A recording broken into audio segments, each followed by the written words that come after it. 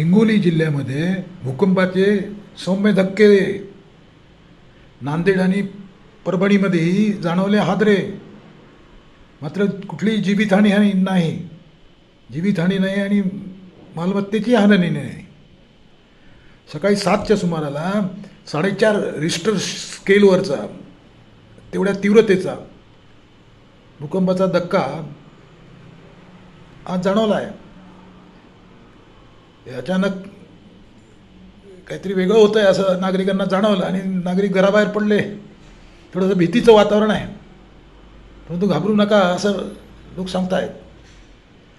पळापळ सुरू झाल्याचा काही व्हिडिओ व्हायरल होत आहेत.